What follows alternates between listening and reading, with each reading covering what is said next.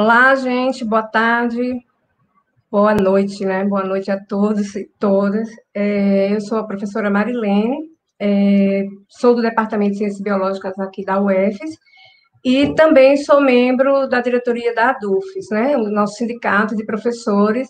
Então, em primeiro lugar, gostaria de agradecer à comissão, né, para a participação do 15º, né, Simpósio de Biologia, e gostaria também de dizer que eu fiz parte dessa universidade, já fui professora, né? Primeiramente, fui professora visitante em alguns meses, e depois eu fui contratada já como estatutária, né? Em regime já do concurso. Então, foram 2 anos e meio que eu vivi aí na UESC, né? E era uma paixão, eu tinha uma paixão pela universidade, mas por problemas pessoais, eu fiz outro concurso na UFES e voltei para da onde eu já tinha saído, né? Eu sou de Maceió, então, assim, foram várias transformações até que eu chegasse aqui à Bahia, né? Então, trabalhei durante um tempo com pessoas maravilhosas, alunos, enfim, eu deixo aqui o meu registro de saudade e de agradecimento a todos que fizeram parte do meu tempo que eu passei aqui na UESC. Né? Então, ao simpósio, eu desejo que tenha realmente o seu papel, né, de fornecer de informação, que é isso que a gente está precisando. Eu vi a programação, as palestras, e estou achando excelente, né? Quando a gente vai falar de pseudociências, infodemias, é isso que a gente está precisando hoje, que é o que a gente chama de educação científica, né? A gente trabalhar com esses dados, trabalhar com informações, e também falando qual o nosso problema hoje, né, para desenvolver trabalhos com a ciência, né? Quando as pessoas falam assim, é ciência básica, ciência aplicada, toda a ciência, ela vai ser aplicada em algum momento. Então, o que é que nós precisamos, enfim, né? Para que veio a ciência? Para que a gente quer a ciência? E essa ciência, ela serve a quem? Então, partindo do pressuposto da importância da comunicação científica, né, dos trabalhos que são desenvolvidos nas universidades, e aí eu vou registrar aqui a importância, né, das universidades estaduais da Bahia para o povo baiano e para o Brasil, né? Nós temos 4 universidades, e essas universidades, elas estão localizadas estrategicamente nas cidades do interior, não é? A gente vai falar da UNEB, que está parte na capital, mas a UNEB, ela se espalha por 23 ou 24 campos. Então, veja a importância significativa dessas universidades para a difusão do conhecimento e a aproximação de uma grande parcela da comunidade que jamais poderia ter acesso a um outro tipo de ensino, né, o ensino superior em outro local. Então, isso já é uma grande vitória para nós, mas a gente precisa falar dos problemas também, não é? Então, as universidades, elas passam por uma crise financeira, e aí eu falei crise, mas eu quero corrigir, porque quando a gente fala crise, a gente diz, será que é crise ou é um projeto de desmantelamento, né? Porque a crise já se instala desde que a universidade foi criada. Então, a gente tem altos e baixos, a gente caminha para uma melhora, depois outro governo, então a gente não tem uma educação de Estado, um programa do Estado, né? A gente tem programas de governos, então isso prejudica sobremaneira o desenvolvimento, né, de uma educação voltada realmente para toda a classe, né, a classe trabalhadora, e para que a gente instigue cada vez mais a pesquisação, o resultado dessa pesquisa, e para quem serve o que a gente faz na universidade. Uma coisa que a gente precisa deixar claro também, né? Antes de eu começar a falar do escateamento, eu preciso deixar muito bem claro esse papel que as universidades estaduais, e a gente vai falar mais de perto das universidades estaduais, mas a gente pode abranger para as federais, né? Porque esse papel das universidades agora, durante a crise pandêmica, né, durante essa pandemia, ficou bem claro, né, qual é o papel, né, da ciência, da pesquisa, qual é esse papel das universidades para a população brasileira. Então, a gente sabe, por exemplo, que a maioria dos trabalhos, vamos botar 70%, 80% do que se desenvolve como pesquisa, ela sai das universidades públicas, não é? e que é uma falácia, que muitas vezes as pessoas falam, mas nos Estados Unidos, as pesquisas, elas são financiadas nos Estados Unidos, 70% delas é através de financiamento público. Então, no Brasil, a gente também é financiada pelo setor público, mas que deixa a desejar esse financiamento, né? Então, a gente tem programas de fomentos, né? A gente submete a projetos, então o professor ele é muito responsável também pela busca dessas parcerias e de valores também, né? Que possam subsidiar seus trabalhos. Mas, ao longo do tempo, eu posso dizer aqui, em todos os governos, a gente teve que lutar muito para manter cada cadeira, né? Cada pedaço daquela universidade, ela seja mantida realmente para todos que possam ingressar nesta universidade, né?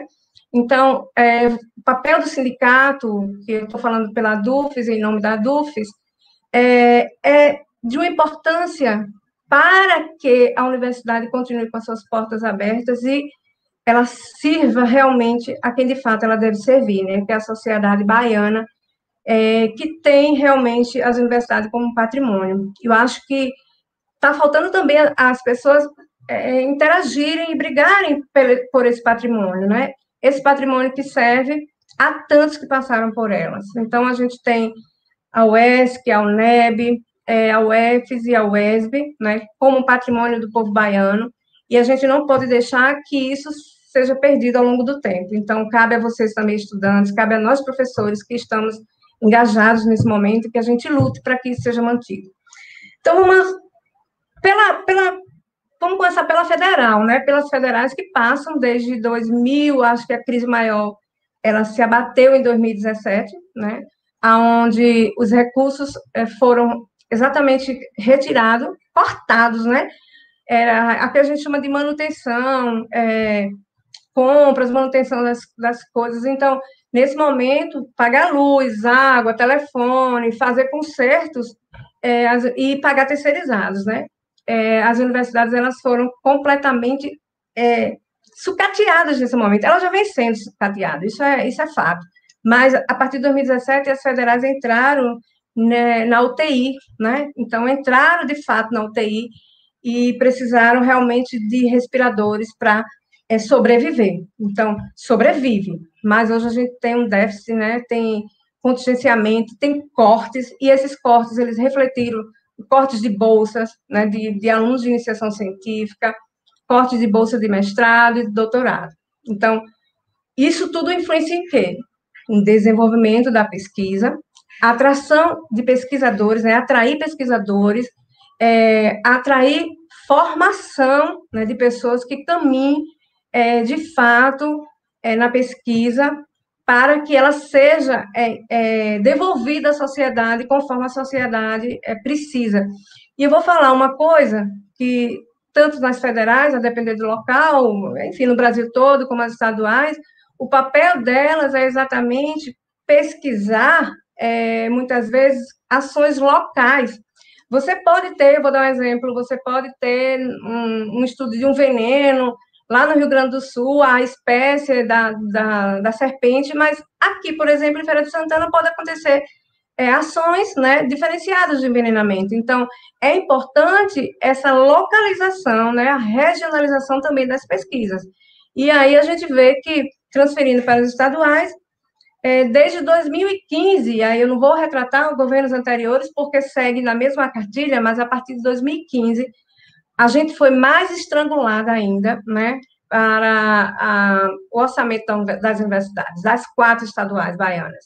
Então, a partir de 2015, um decreto do governo do estado, o governo Rui Costa, de contingenciamento, né, para reduzir os gastos, ele já cortou, né, toda e qualquer possibilidade dos pesquisadores irem para simpósios, congressos, né? Essa ligação com outros colegas que trabalham na mesma linha é muito importante, mas desde 2015 nós não temos a possibilidade mais de sair para eventos, né? As bolsas também foram diminuídas, em questão de valores, acabou diminuindo um pouco, e aí houve um prejuízo, né? E a partir de 2015, a gente começou a redução, né? Começou realmente a sofrer amargamente sobre o contingenciamento do orçamento das universidades. E aí, esse processo ele foi aprofundando a passos largos. O governo do estado da Bahia, ele segue uma cartilha, né, dos governos anteriores e do governo federal anterior, desde Lula, Dilma, a gente tem realmente uma ação voltada para a manutenção, pagamento da dívida externa, pagamento de dívidas, né, para manter ali o próprio capital, né, os banqueiros, em detrimento de pagar juros, e aí o governo do estado também segue essa mesma linha.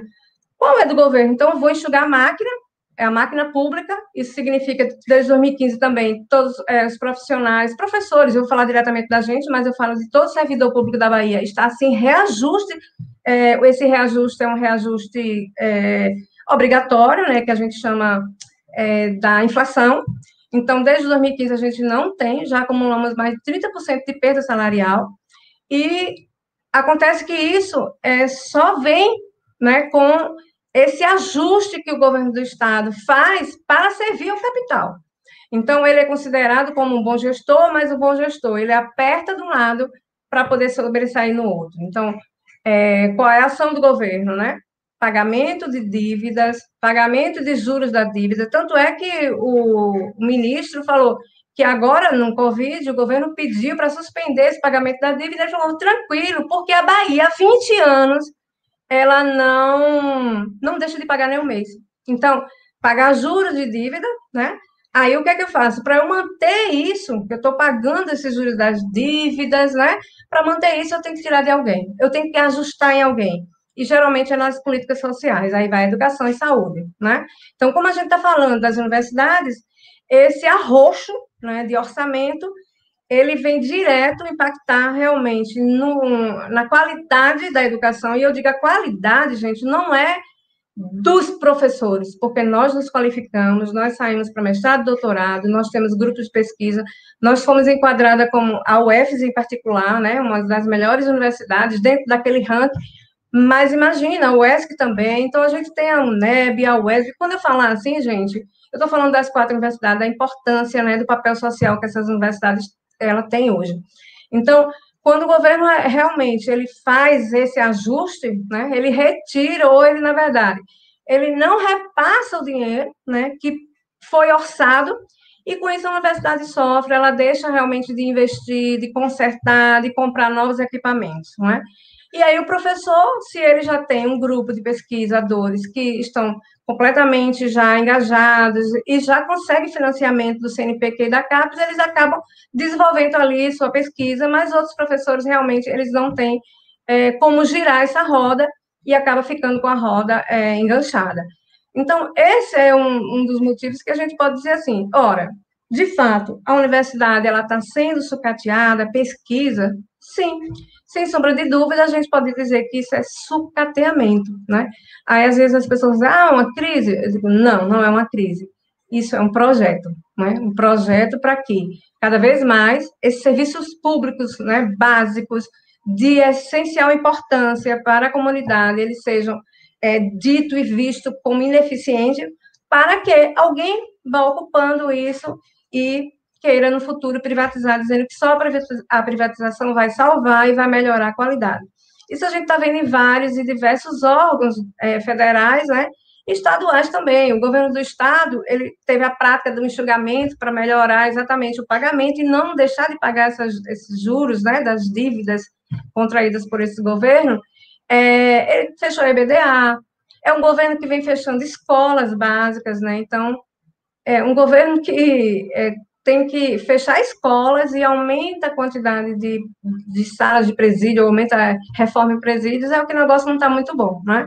Então, é um governo realmente que trata a educação como um gasto e não como investimento, né? Quando a gente fala assim, o governo diz, não, porque gastou tanto com a educação.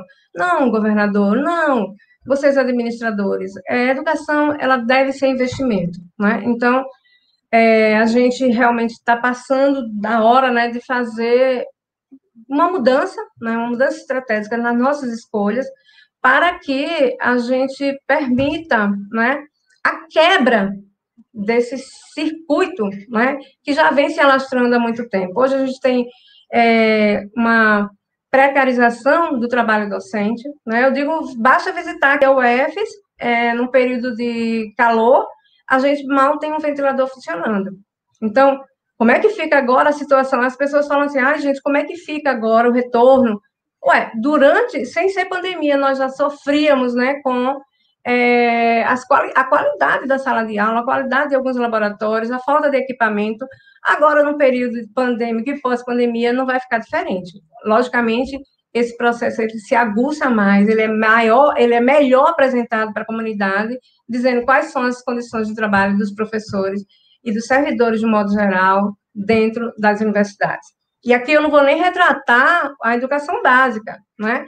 A gente já soube que na educação básica o governo começou as reformas para o período, né, para o retorno presencial, e a gente já teve relato da colocação apenas de uma pia, né, uma pia ou duas pias nos corredores e na área de lazer das crianças e dos jovens, como reforma para enfrentar o trabalho, né, presencial pós-pandemia.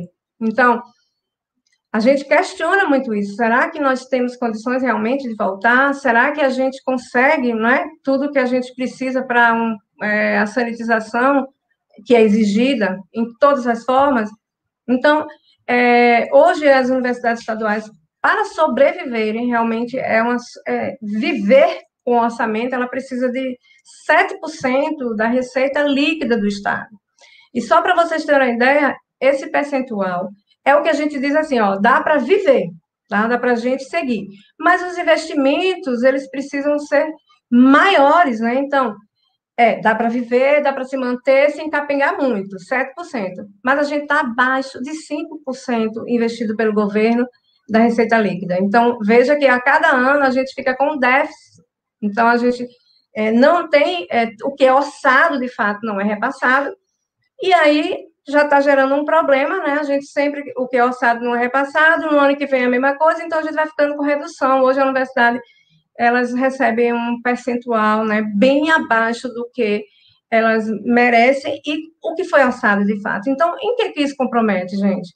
Isso compromete na qualidade, nas salas de aula, nos equipamentos novos. Então, compromete na manutenção, né, que a gente fala, manutenção e custeio, que é o que o governo vem cortando. Ele não pode cortar salário, então ele congela, mas não corta.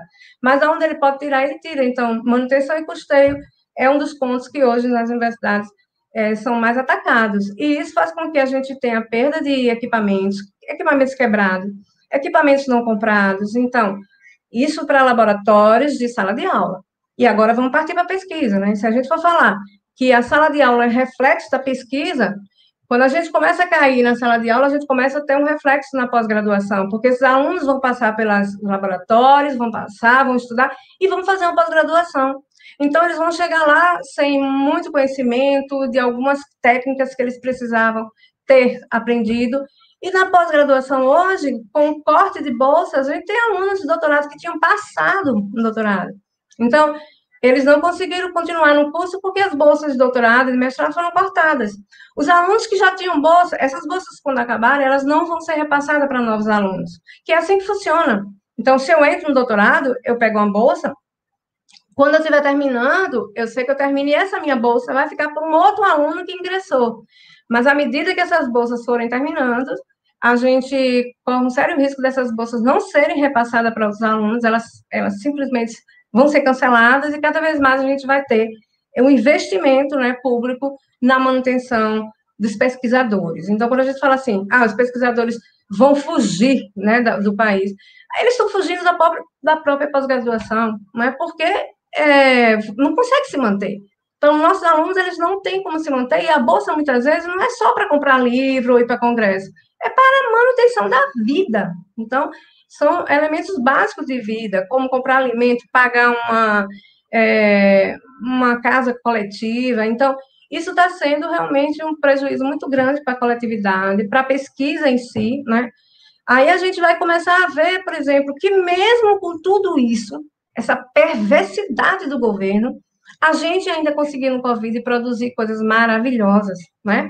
A gente vai falar de várias universidades, a produção de álcool em gel em massa, a produção daquelas máscaras protetoras de acrílico, né? A gente tem aqui uma construção recente do Ecovid, que é um material que detecta o vírus em bancadas, então você vai passar e ele detecta e mata, enfim, tem muitos detalhes aí. Aí eu separei aqui algumas coisas como a gente tem a UFES e a Univasf, que é a Universidade Federal, é um estudo, uma pesquisa sobre os impactos do Covid em gestantes e puérperas. A gente tem vários programas, né, ou vários pesquisadores aí que se uniram para fazer, para fazer pesquisa nesse momento, levantamentos, né, que é super importante para o conhecimento. Então, a divulgação também foi muito importante, as universidades se uniram e mantiveram divulgação para o público, né, fizeram realmente o repasse de todas as informações. Tem o GeoCovid, que fez um monitoramento, que busca sempre estar orientando e informando a todos de maneira correta sobre a pandemia. Então, gente, o meu tempo está acabando, mas, assim, eu tenho... A gente tem muita coisa para falar, né? Acaba a gente se perdendo no tempo, porque são muitas informações, mas o que eu posso deixar bem claro a gente precisa reagir para salvar a ciência. Então, nós estamos correndo sério perigo, né? E ainda mais o governo federal, e aí o governo estadual geralmente vem também com isso, né? Com o reflexo, ele parece que assume, né? Coisas do governo federal, de que seja a pesquisa agora vai ser da biotecnologia e da saúde, né? Para servir diretamente a quem? E aí esquece que a ciência, ela é plural, ela tem várias vertentes e elas precisam acontecer e serem respeitadas. Então, eu fico por aqui, aí volto na medida que os outros falarem para a gente responder a questionamentos. Muito obrigada a todos e todas e boa noite.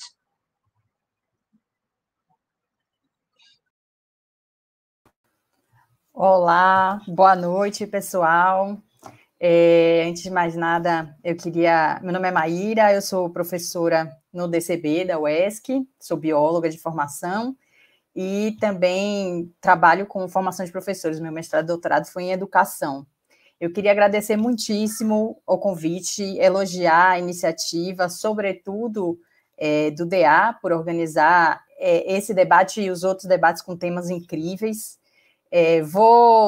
Enfim, tem a dificuldade de falar depois de Marilene, né? Uma fala dessa, mas eu vou tentar aqui fazer o meu melhor depois de uma aula que a gente teve.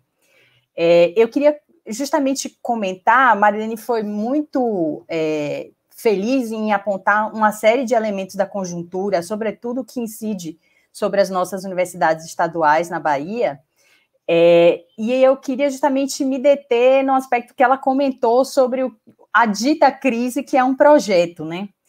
Em especial, nessa situação em que a gente está hoje, a gente tende, né, a situação é tão grave, com tantas vidas que foram perdidas ou vidas que foram afetadas de maneira muito, muito intensa, que a gente só vai realmente dimensionar o nível do problema que a gente está vivendo hoje na crise pandêmica ao longo do tempo, né? O trauma a gente só vai saber avaliar depois de muito tempo. Então, todo mundo fica nessa expectativa muito grande do que é que vem primeiro, né? Porque no meio de tudo isso a gente ainda tem que lidar com políticas desastrosas do governo federal, e aí todo mundo fica torcendo para ver se primeiro chega a vacina, mais esperada que o carnaval, ou o governo cair. Infelizmente, a gente tem uma estrutura política bastante carcomida e não parece que isso, o governo cair, esteja tão próximo, e também temos a dificuldade a contradição de não poder ir massivamente às ruas como ele merecia. Mas, então, nessa situação, né, dessa expectativa pela vacina, pelo fim do governo, a gente acaba, muitas vezes, se perguntando como é que fica a ciência no meio dessa conjuntura, né? Como é que fica a pesquisa no meio dessa conjuntura? Em especial porque, como as políticas atualmente, tanto do governo federal quanto do próprio governo estadual, que Marilene deu inúmeros exemplos de sucateamento que tem ocorrendo, fica, então, fica muitas vezes uma sensação de que se fosse outro governo, ou se a gente não tivesse confinado com a vacina, que os problemas estariam resolvidos. E, na verdade, como isso não é só uma crise conjuntural, mas tem um problema estrutural, é sobre isso que eu queria tratar um pouco, né? A gente tem uma situação das universidades hoje que tem a ver, eu queria abordar, sobretudo, esses dois grandes problemas, que existe um processo muito intenso de mercantilização da ciência, né? Então, a ciência que conta, muitas vezes, é aquela ciência que pode gerar mercadoria, gerar lucro, ou que tem algum interesse de mercado. E a gente tem também pensar qual o papel que as nossas universidades têm na situação global que a gente tem hoje, né? Porque que papel, por exemplo, a universidade como a UESC ou como a UFES tem no sentido de sua função social, considerando que a gente está no Nordeste, na Bahia, né? Na periferia do capitalismo na América Latina. O que isso tem a ver com o que a gente está conversando aqui sobre o sucateamento da pesquisa no Brasil e na Bahia? Então, eu chamo a atenção porque, ao mesmo tempo que a ciência tem essa possibilidade, esses vários exemplos que Marilene cita são muito contundentes, tem muitos exemplos de como ela pode ser um caminho para o conhecimento, para a superação, para a produção de coisas relevantes para a população, nos mais diversos campos de saber, né? A gente está aqui dando exemplos, sobretudo, ligados de alguma maneira à Covid, ou mesmo em relação às ciências biológicas, mas a gente tem também na educação, na história, a gente tem na economia, uma série de exemplos que têm sido produzidos nesse sentido, mas ela também é uma mercadoria. A ciência ela pode ser uma mercadoria capaz de gerar lucro. Então, ao mesmo tempo que a universidade pode ser esse local de teorias e práticas que podem melhorar a vida das pessoas, também pode ser um lugar de competição, de violências e de subjugação. E isso acaba estando em conflito constante. Então, eu queria pensar que momento a gente está vivendo hoje na universidade. Eu gostaria de propor aqui que, ao meu ver, me parece que a gente está vivendo a universidade em tempo de coronialismo. O que é isso, coronialismo? Por que eu estou chamando de coronialismo? Porque, para mim, coronialismo é colonialismo, que é sempre imperialismo, é coronelismo dos coronéis e é coronavírus. Por isso, eu acredito que a gente está vivendo o tempo da universidade no coronialismo. Então, eu vou falar um pouquinho de cada uma dessas coisas e de como eu estou vendo isso.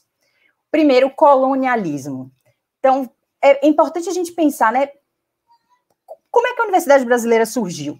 A universidade, no Brasil, cabe dizer que, comparado com outros países da América Latina, foi o último país a ter uma universidade, né? Foi no século XX. Aliás, a primeira universidade brasileira, ela é centenária justamente nesse ano, fez 100 anos recentemente, que foi a UFRJ, que chamava Universidade do Brasil.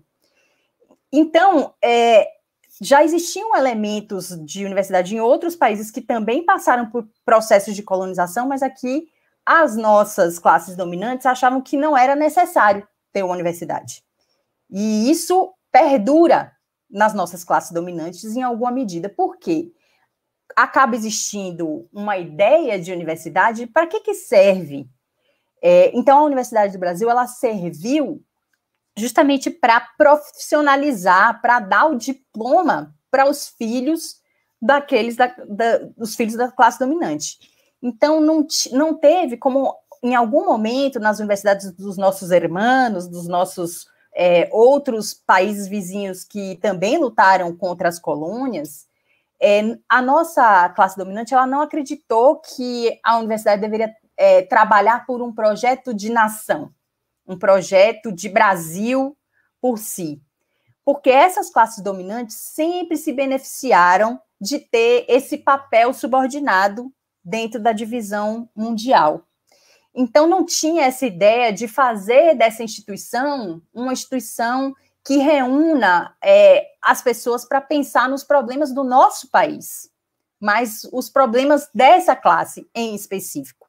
Porque nesse papel mundial que o Brasil acaba ocupando, essa ex-colônia precisa fornecer mão de obra barata ou gratuita, escravizada, sobre as mais graves torturas e violências, e recursos naturais, custe o que custar. Então, para os países do centro do capitalismo, não é interessante que a gente tenha aqui uma universidade discutindo uma ciência de ponta, uma ciência autônoma, uma ciência que pense nos seus problemas, que produza seus próprios testes de Covid, que produza seus próprios respiradores, porque senão eles vão vender para quem esse tipo de conhecimento, né? Então, é importante que, para os países do centro do capitalismo, que essas universidades, nossas universidades, fiquem nos seus lugares. Então, é nesse sentido que é um imperialismo, um colonialismo.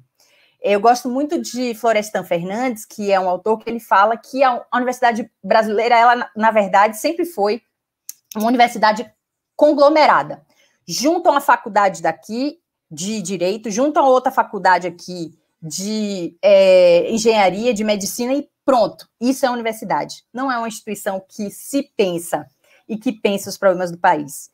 E essa história de juntar uma faculdade aqui e outra ali pode ser extremamente familiar para algumas universidades que a gente conhece, né? Então, essa é uma tradição de, muitas vezes, manter essa ideia da universidade para formar os bacharéis, né? Então, a nossa universidade brasileira, muitas vezes, acaba sofrendo dessa relação de incompletude, de complexo de vira-lata. A gente precisa ser aquela universidade, aí a gente fica sempre tentando ser o que a gente não é. Temos que correr atrás da USP, temos que correr atrás da Universidade de Sorbonne, temos que correr atrás, né, filho? Temos participações especiais aqui. Temos que correr atrás da Universidade de Coimbra, essa que sempre serviu para formar os filhos das elites. Então, querer ser essa universidade que publica em inglês, mas tem muitas vezes dificuldade justamente de fazer essas tão importantes relações que Marilene fala com o seu entorno. Ela tem dificuldade de estabelecer relações que não sejam, muitas vezes, de hierarquia com onde ela está instalada. Então, acaba acontecendo isso no colonialismo, o que não significa que não existam conflitos. Existe muito conflito em relação ao colonialismo. Então, teve uma série de momentos de resistência, e esses são momentos extremamente criativos e importantes para a universidade, que marcaram a nossa história. Então, por exemplo, um conflito contra o imperialismo teve a ver com a campanha do Petróleo é Nosso, né? É fato que tentam desmontar isso, vendendo cada vez mais o nosso patrimônio. Ao mesmo tempo, também no Brasil foi muito importante como referência do que depois eles chamaram de doenças tropicais, né? Porque não era doença de rico, então é doença só dos trópicos. E são consideradas, inclusive, doenças negligenciadas. Por quê? Porque se a gente comparar com outras doenças que não ocorrem em regiões tropicais, elas têm muito menos financiamento do que poderiam ter. Mas aqui nós somos a referência de Zika, aqui nós somos a referência de Chagas, a referência de... tem Oswaldo Cruz, enfim, uma série de produções que tem a ver com o engenho humano, né? Então, isso tem sido um papel muito importante de conflito também com esse colonialismo. Também é um reduto de pensamento crítico. Na universidade também nós conseguimos muito pela luta do que foi a participação na Constituinte, os movimentos sociais de educação, que existisse essa ideia de que a universidade tem ensino, pesquisa e extensão como indissociáveis, que ela é gratuita. Se não fosse essa luta, com certeza ela já estaria em processo de deterioração há muito mais tempo do que ela já está hoje. E é esse processo de desmonte que vem tentado ser implementado a todo custo contra a universidade pública. Mas, além disso, a gente tem que destacar que a universidade, ela tem uma universidade antes e depois das cotas no Brasil. Por quê? Antes a universidade considerava que negros, indígenas, quilombolas eram apenas objetos de conhecimento. Alguém falava por eles. Com a presença deles da universidade, isso gera um grande conflito muito potente, muito gerador de conhecimentos importantíssimos, porque são novos saberes que acabam rompendo, ainda que a gente saiba que o poder da universidade ainda está muito comprometido com esse projeto colonialista, imperialista, por conta da sua relação com o Estado. Mas de fora da universidade e das margens dela, tem muitos sujeitos que têm feito ela conseguir romper uma série de coisas. E é exatamente por isso que ela é alvo preferencial desse governo federal hoje. porque é nas universidades que se produziu há muita discussão sobre esses sujeitos que eram absolutamente marginalizados na sociedade. E a universidade tem espaço para eles, apesar de todas as contradições e dificuldades que a gente tem vivenciado. Como o governo não tem como arrancar esses sujeitos de dentro da universidade, e tem coisas que, felizmente, a gente consegue fazer com que a lei limite, a grande tentativa de acabar com a universidade vem pelo meio do financiamento, tenta desmoralizar, fazendo com que não haja qualquer tipo de financiamento para pesquisas que apontem saídas nesse sentido. É muito difícil para aqueles que perderam, em alguma medida, algum poder, que sempre tiveram poder na sociedade, que são as classes dominantes, os homens brancos, sobretudo do Sudeste, lidar com algo que não seja a docilidade do consenso eurocêntrico da classe dominante brasileira. Então, é muito difícil lidar com aqueles e aquelas que questionam o Deus mercado, o Estado, as relações violentas da classe dominante, a família tradicional brasileira, o racismo, o sexismo. É quase uma heresia. Então, é justamente por isso que esse colonialismo da universidade também está sendo questionado. E essa tentativa de silenciamento da universidade por meio do financiamento é um jeito, infelizmente, eficaz de fazer com que elas tenham sua potência questionadora diminuída. Portanto, é preciso acusar de balbúrdia, dizer que tem plantação de maconha, dizer que não tem, enfim, só estão usando droga, fazendo orgia, essas coisas, é um jeito de tentar desmoralizar esse espaço, que foi um espaço que produziu conhecimento questionando muito do status quo. Ainda que a gente saiba que ele não é a maioria da universidade, né? Muito da universidade ainda está comprometida com esse projeto colonial. 2, por que eu falo que colonialismo é também coronelismo? O coronelismo, ele não deixa de ser uma variante do colonialismo, mas ele é uma variante subordinada. Como assim? O coronelismo está ligado a um tipo específico da casta dominante brasileira, que é ligada ao agro, ou seja, aquele que, apesar de ser pop e tech, não é tudo, né? O agro, ele tem sido justamente a forma de inserção do Brasil nessa relação subordinada da divisão de trabalho no mundo. Então, o Brasil não precisa ter um sistema de ciência e tecnologia independente. O Brasil tem que vender soja, tem que vender grão. O Brasil precisa dar minério de ferro, não importa se as pessoas ficarem soterradas embaixo das barragens da Vale. É isso que cabe ao Brasil na divisão mundial, sem qualquer tipo de preocupação com a vida humana. Então, se isso acontece, não é de se espantar que se deixe centenas de pessoas morrerem a todos os dias no Brasil.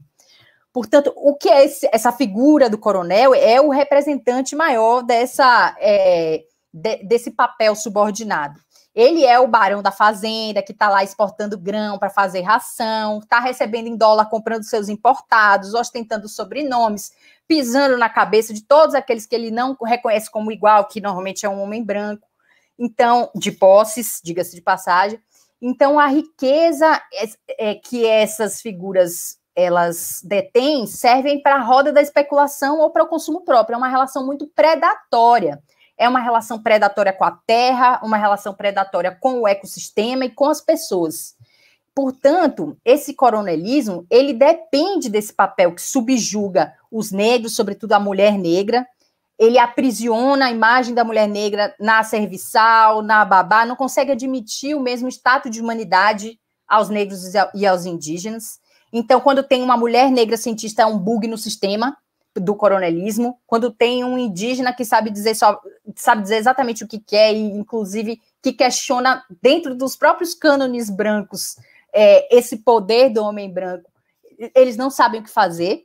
Portanto, esse coronelismo ele ainda está bastante arraigado, sobretudo na nossa região. Essa universidade coronelista, ela acha normal expulsar um estudante que traz o filho para a aula, porque para essa pessoa que expulsa o estudante, é natural que ela esteja em casa cuidando do filho, e não ali cuidando da vida dela mesma com o filho. Para essas pessoas, para a Universidade Coronelista, ela não sabe o que fazer quando acontece um caso de racismo, porque como assim? Nós não somos racistas?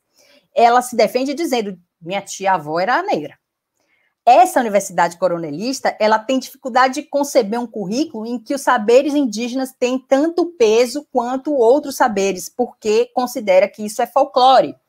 Então, a universidade coronelista é a universidade do tempo do diploma, precisa correr para se formar, porque tudo que atrasa a minha formatura é uma perda de tempo, porque o meu pai, doutor, está esperando eu ter o meu diploma para eu seguir o negócio dele.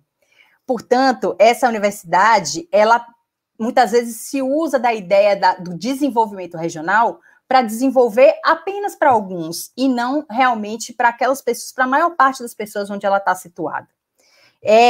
Portanto, muitas vezes a pesquisa ela não está preocupada, ou a pesquisa que está preocupada com essas pessoas à margem é subfinanciada. É essa pesquisa que não vai receber financiamento do CNPq. É essa pesquisa que vai ter dificuldade de andar pelos próprios pés, como colocou já a Marilene.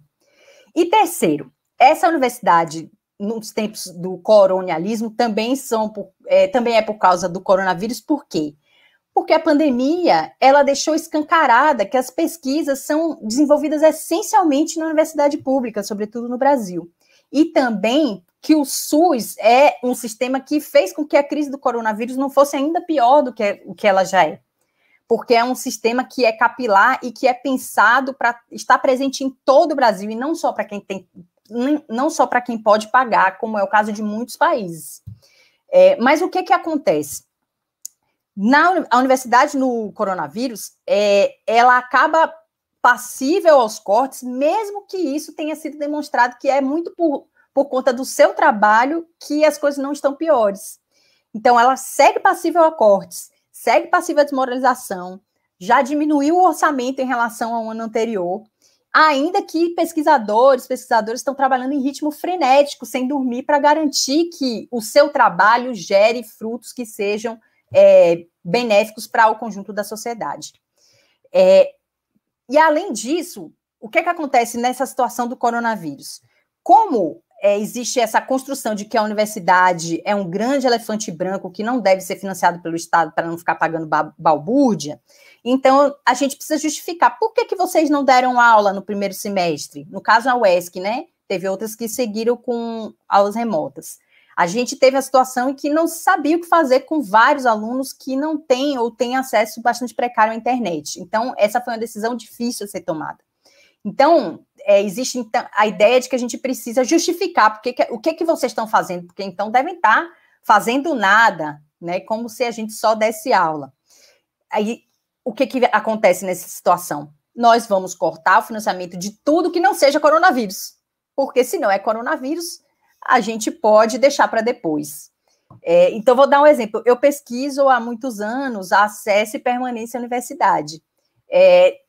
Nunca consegui ter um projeto de pesquisa com verba contemplada. Pela primeira vez, esse projeto teve verba contemplada no ano passado, depois que eu saí para fazer meu pós-doutorado. E a verba era basicamente para comprar um computador, uma impressora e um gravador de voz para fazer entrevista e livros. Basicamente isso. Não exigia nenhuma grande estrutura. Pois esse meu projeto vai ter que esperar, porque não posso gastar dinheiro com isso, eu tenho que gastar do meu próprio dinheiro para comprar um computador, uma impressora, um gravador e os próprios livros. Porque não é essencial. Agora, no tempo de coronavírus, só é essencial o que tiver a ver com coronavírus, e ainda assim, Marilene bem colocou, não está nas melhores das condições. Além disso, a gente está numa situação de ampliação do trabalho brutal, ampliação do trabalho remoto, porque a gente tem que estar disponível para o WhatsApp, para tudo que é reunião, tem que fazer as coisas para ontem, tem as mulheres que cuidam de filhos ou de idosos, que realizam atividades domésticas, são tratadas como se fossem absolutamente iguais a quem não é, né? Então, a gente tem essa migração para o remoto visto como uma ideia de oportunidade. As universidades privadas estão realizando, por exemplo, corte em massa de professores, até caso de robô corrigindo prova está acontecendo. E nessa situação de corte acontece um darwinismo social brutal. Nada que não sirva imediatamente para combater a pandemia passa a ter valor. A gente tem recursos drasticamente contingenciados, então é como se na pandemia fosse um luxo pesquisar outra coisa. Então, como a própria universidade, na situação que a gente está, é considerada como um luxo, uma instituição que é fora do lugar, quando a gente tem que se preocupar em soja, minério de ferro, vale, passar boiada, então acaba sendo só o que dá para fazer. Então, a gente vive uma situação hoje que é considerado um luxo defender direitos humanos, ou seja, o direito de divergir, o direito de imaginar um futuro sem perseguição política, o direito das mulheres, das pessoas negras, dos LGBTs. É um luxo desejar uma educação inclusiva, né? Porque agora a ideia é separar as crianças que possuem deficiência, porque senão elas tornam a educação regular muito cara. Então, o que a gente pode fazer nessa situação da universidade em tempos do colonialismo, para fazer com que ela se torne uma universidade comprometida com a necessidade dos povos, do meio ambiente e do futuro? Eu acho que essa é a grande pergunta. Não é possível a gente fazer isso se a ciência continuar sendo considerada uma mercadoria. Não é possível a gente fazer isso se a universidade for comparada a uma empresa. Aqueles que podem, corram atrás do seu financiamento externo, porque quando eu deixo a universidade de joelhos, eu estimulo todos aqueles que podem correr atrás de recursos fora da universidade a fazê-lo, mas alguns não são interessantes para o mercado, né? Principalmente aqueles conhecimentos comprometidos para a gente pensar num mundo diferente do que ele é hoje. Então, as pessoas, elas não podem ser descartáveis, né? E essas ideias, elas não cabem num mundo em que a gente é avaliado exclusivamente em função do lucro. Portanto, se a gente conseguir financiamento para algumas de nossas pesquisas e outros saberes seguirem marginalizados, eu acredito que esse sucateamento não vai ter acabado. Por isso que a gente tem uma luta muito árdua e muito gritante para valorizar aquelas pessoas que estão garantindo que esse futuro seja imaginável. E esse futuro, infelizmente, ele não tem condição de se realizar enquanto a lógica do nosso mundo for regida pelo lucro. Por isso, eu acho que a grande potência da universidade é poder ser esse lugar de imaginar um futuro diferente em que as nossas vidas não sejam descartáveis. Era isso que eu tinha para dizer por hoje.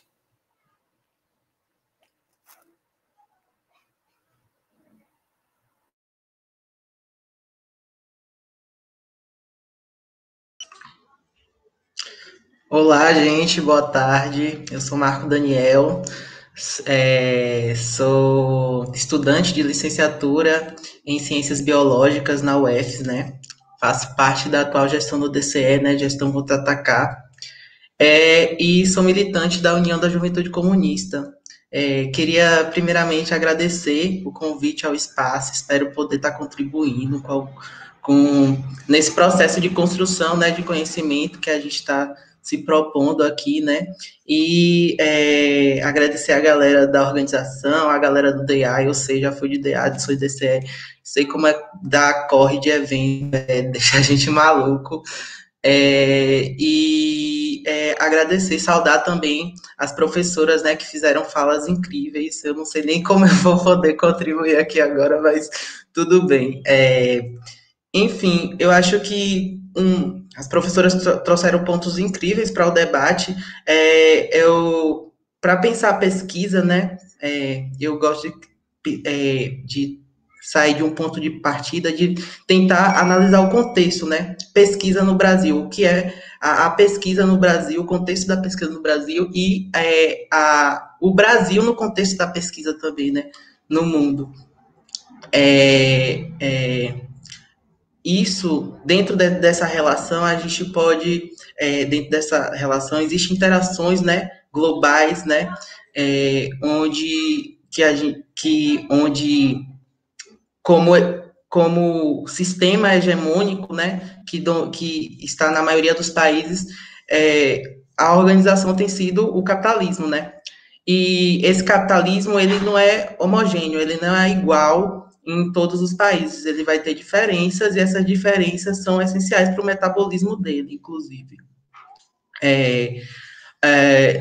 Nessas diferenças vão existir países, né, que possuem grande poder econômico e, enfim, tem grande quantidade de investimento em pesquisa, em tecnologia, e vão desenvolver atividades econômicas voltadas, né, à produção, né, a produtos que vão passar por esse processo, por essas tecnologias, né, por esses investimentos na pesquisa, né. E esses países vão ter vão influenciar, né, que a gente vai chamar esses países de países hegemônicos, vão influenciar os outros países, né, da periferia do mundo, de forma cultural, política e econômica, que a professora Maíra já trouxe, né, a questão do capitalismo dependente, né, que os outros países vão se enquadrar, né. O Brasil, ele é um país de capitalismo dependente, né, que é influenciado política, economicamente, cultural, por outros países, né, que tem essa influência, que tem esse poder, né, e dentro dessa relação, o Brasil vai ocupar um papel que, inclusive, é o que caracteriza ele dentro desse processo. Por exemplo, características muito comuns de países que são de capitalismo independente. A grande desigualdade social que a gente vê, né, no país, más condições de vida, baixo salário, má condição de trabalho também. E aí, conjunto à falta de investimento, né, na pesquisa, né, e no desenvolvimento de tecnologias, e uma atividade econômica voltada à produção de matéria-prima, né, de commodities, né, que é a soja, o minério de ferro, enfim, o agronegócio tomando conta de tudo aí. Nesse processo dessa relação, né, a gente vê como como se casa, né, essa dinâmica, no sentido de, é muito interessante nessa dinâmica do capitalismo, que existam países que não exista a produção de pesquisa, né, que esteja focado na produção de matéria-prima, para, por exemplo, esses países com grande influência poder pegar essa matéria-prima, utilizar as tecnologias desenvolvidas a partir desse investimento em pesquisa e depois, a partir das interações econômicas, né, vender esses produtos que vieram da nossa terra de forma processada. A gente tem o exemplo da Alemanha, né, que é um dos maiores produtores de café, né, o café processado, porém não tem um pé de café na Alemanha. Partindo desse contexto, a gente consegue entender, por exemplo, que na forma como o globo está organizado, né, no sistema capitalista, na grande maioria dos países, né, o Brasil e outros países que se enquadram nessas características não é de interesse que se produza pesquisa, não é de interesse que se desenvolva tecnologias, porque isso, inclusive, fortaleceria o país, né? Enfim, uma política nacionalista de fortalecimento.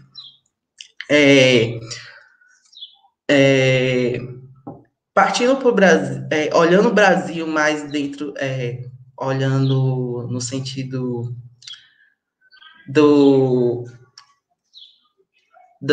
Estado, né, das políticas que têm sido feitas nos últimos anos nesse sentido, algo que as professoras já trouxeram também, o processo de sucateamento que tem acontecido na educação, principalmente na educação pública, né? Esse processo de sucateamento é um processo histórico que já vem de outros governos que contrapartida fortaleceu e tem fortalecido o ensino particular, grandes desculpe, gente, grandes monopólios de educação, né, e fortalecendo esses grandes monopólios de educação. Essa falta, esses ataques, né, esses cortes que têm sido, atingido a educação pública, as universidades públicas no Brasil, vai precarizar diversos elementos, né, para além da pesquisa, que vão influenciar a pesquisa, né, nas universidades. Por exemplo, a questão da estrutura nas universidades, né, a questão da permanência estudantil, principalmente se a gente entende hoje que a universidade ela não é tão acessível como ela deveria ser, né, é muito difícil para se entrar na universidade ainda hoje, né, e para se permanecer, entrar já é difícil, para permanecer ainda mais, né? Principalmente se a gente for pensar um recorte de raça, de gênero e de classe, né? Pessoas negras, mulheres LGBTs, pessoas trans, né, terão muito mais dificuldade de estar naquele espaço, de permanecer naquele espaço, né, sem essas políticas de permanência estudantil, permanência e assistência, né, imagine na questão da pesquisa, né, se a acessibilidade dessas pessoas à pesquisa, sem essas políticas, o fazer pesquisa, o construir pesquisa desses sujeitos, não se torna algo fácil, ainda se enquadra como um desafio. É importante destacar que, nesse sentido, por exemplo, ainda assim, 95% das pesquisas no Brasil são feitas nas universidades públicas, né? E isso é um dado da Associação Brasileira de Ciência, e diante desse processo que a gente vê de sucateamento das universidades, que tem afetado todos esses elementos, a gente acaba ocorrendo fenômenos, né? Fenômenos consequentes desse processo. Hoje, um fenômeno que alguns pensadores têm discutido bastante é a questão da fuga de cérebros, né? Que são pessoas que que possuem mestrado, doutorado, fizeram têm formação em determinadas áreas, têm saído do país em busca de melhores condições de pesquisa, né, onde possa estar atuando o seu trabalho, atuando na pesquisa de forma qualitativa e de forma que tem estrutura. Outro elemento a apontar também dentro desse processo é os cortes, né, que aconteceram tanto do governo federal quanto do governo estadual no campo específico nas instituições de fomento à pesquisa, no caso.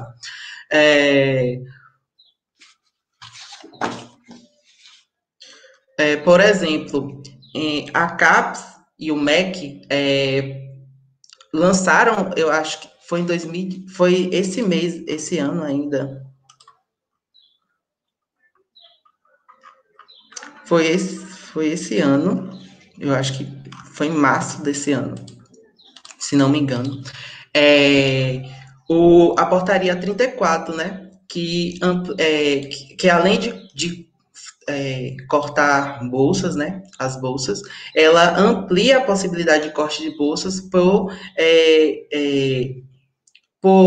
pela avaliação da nota dos programas de pesquisa, né? Antes, a partir de 3, a nota 3 ou 7 nos programas de pesquisa, o máximo que poderia perder de bolsas era 10%. Aí, hoje, já existe outra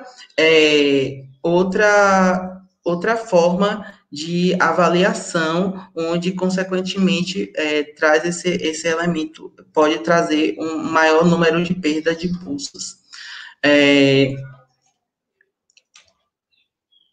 Conjunto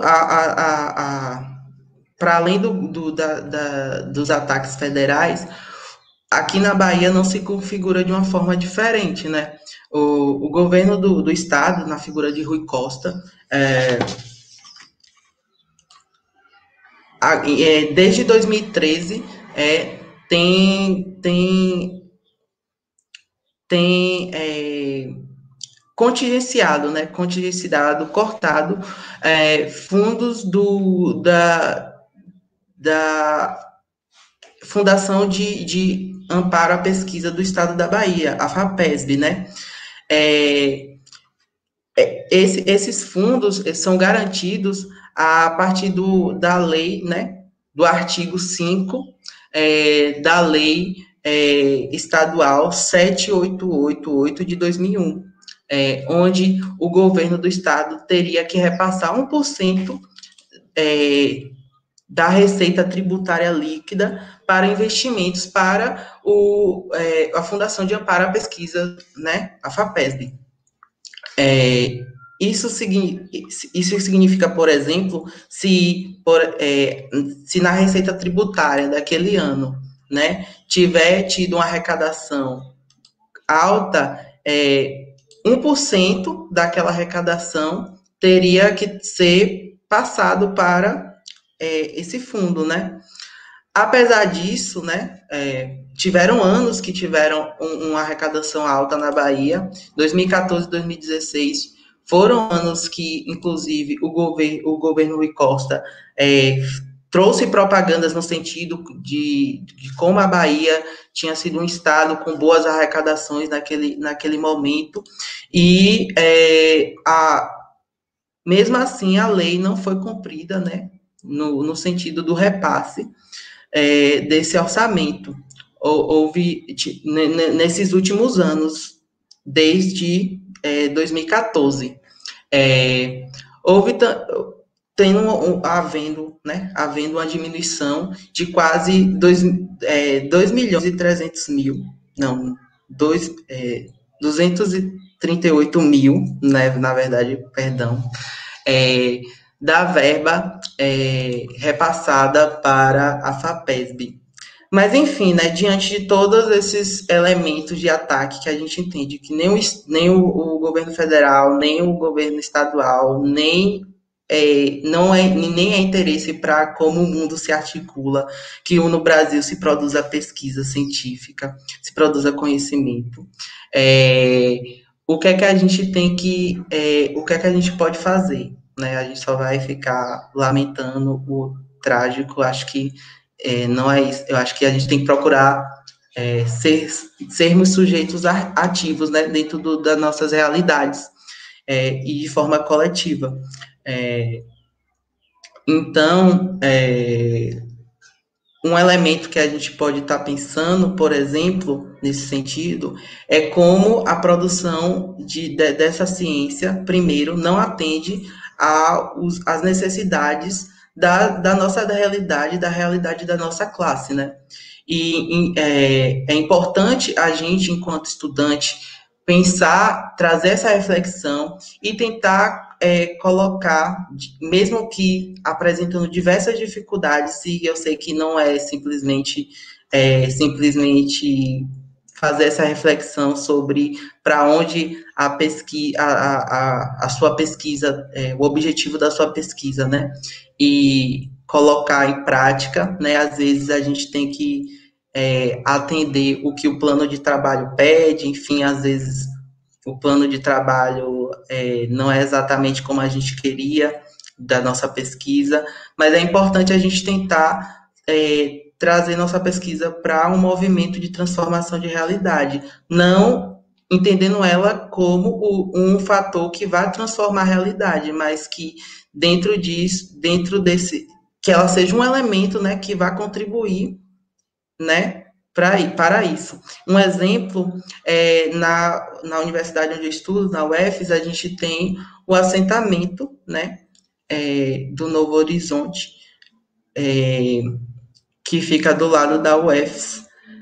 E, enfim, a gente tem uma universidade próxima com curso de engenharia e nunca se pensou em nenhuma atividade que possa melhorar a estrutura ou até melhorar a questão de saneamento básico, onde lá tem diversas deficiências nesse sentido.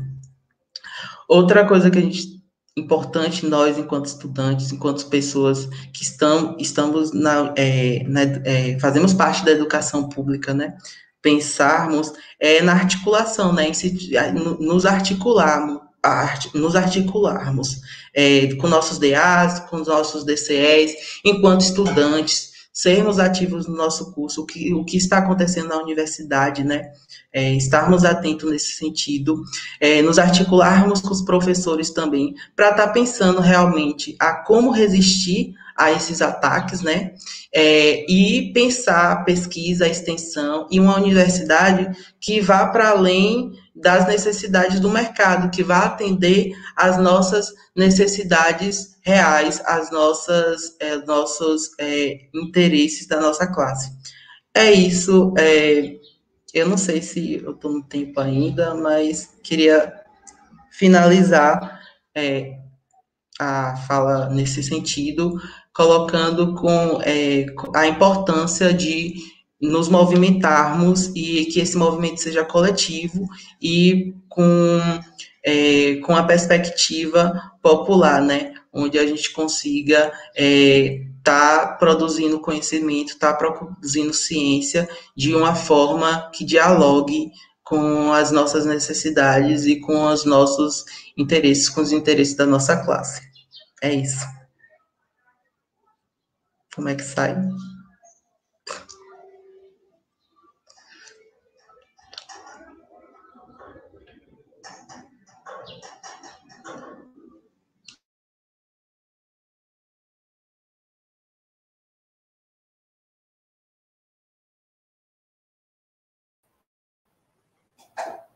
Gente, vocês escutam? Vocês me escutam? Podem encerrar, se quiserem, com um diálogo entre vocês três, mesmo, tá? Aí eu vou me remover aqui, tá?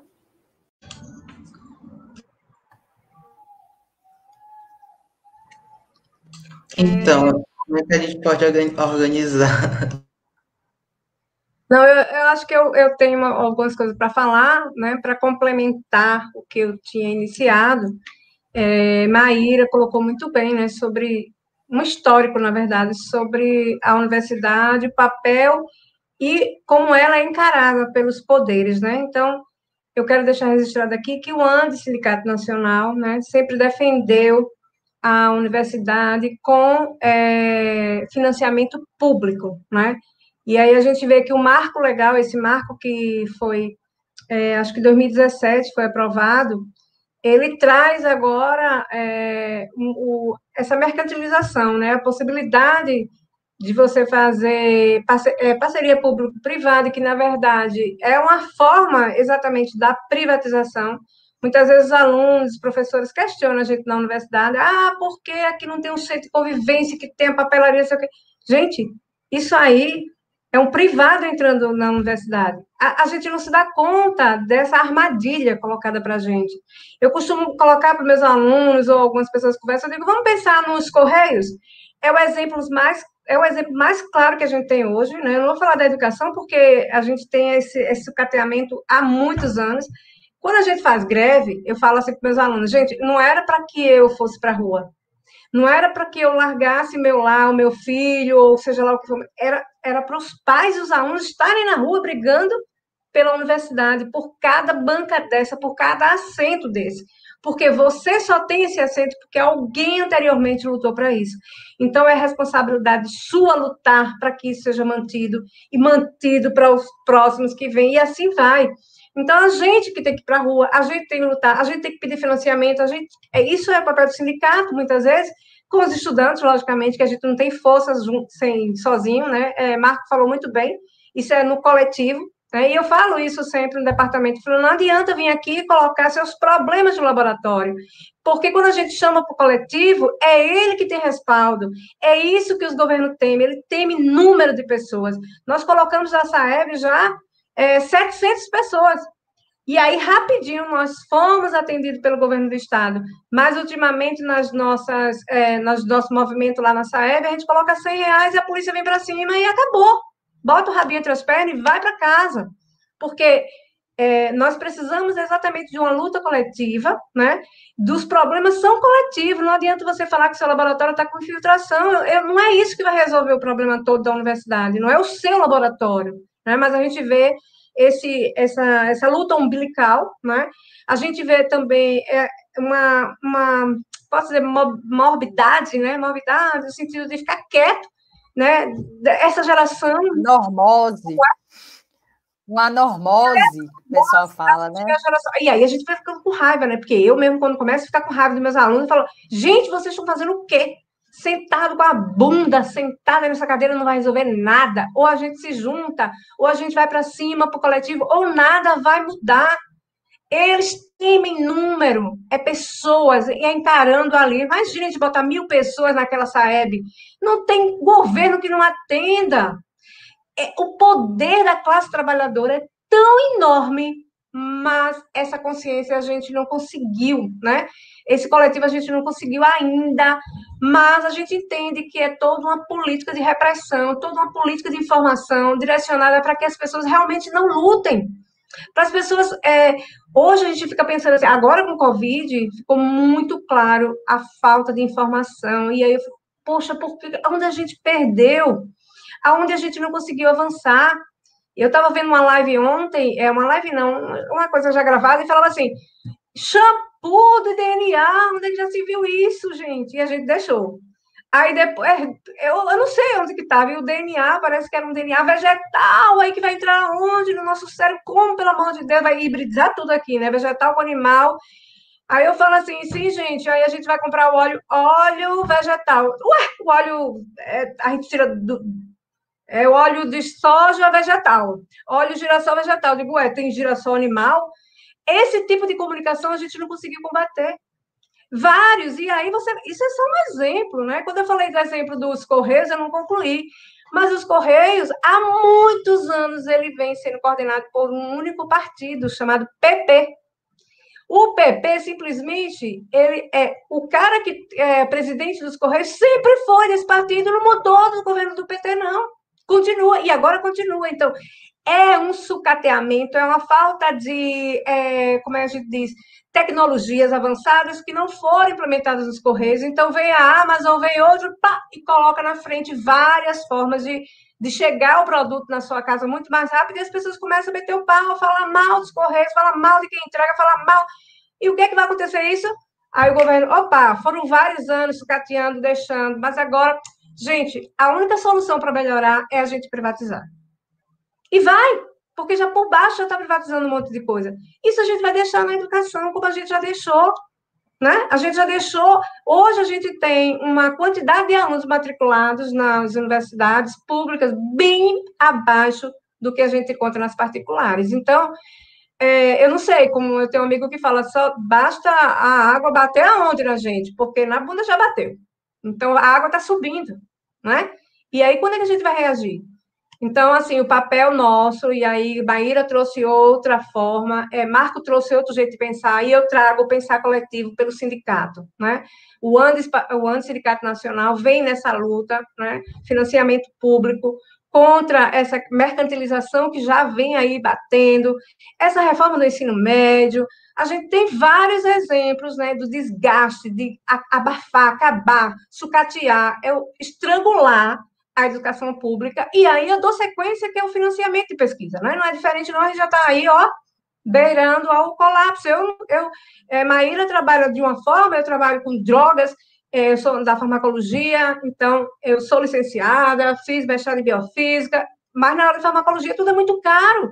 Então, se eu não consigo fazer, eu vou ficar ali sem fazer muita coisa, porque eu não tenho financiamento, né? Aí isso já você desmotiva, aí vai começando, então isso vai virando um jogo, né? Vai virando a roda, e essa roda, quanto mais gira, mais você vai ficando para trás, não tem jeito. Então, a roda gira de duas formas. Quando você engaja nela por um grupo, aí você consegue ir para frente. Aí você publica, e o CNPq te dá, não sei o quê, e os caras vão achando que tá com a bolsa CNPq é tudo. Aí não dorme, não come, aí eu sou produtiva na universidade, e eu consigo fazer, mas você não. O que você faz, então?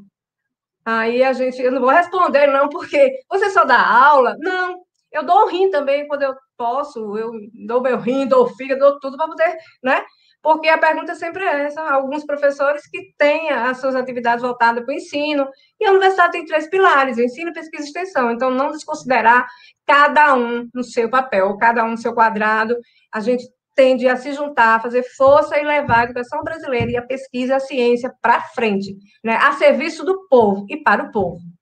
Tô certa, Maíra? Agora já me deu raiva, e quando me dá raiva, eu... Perfeito. Irretocável. É isso mesmo.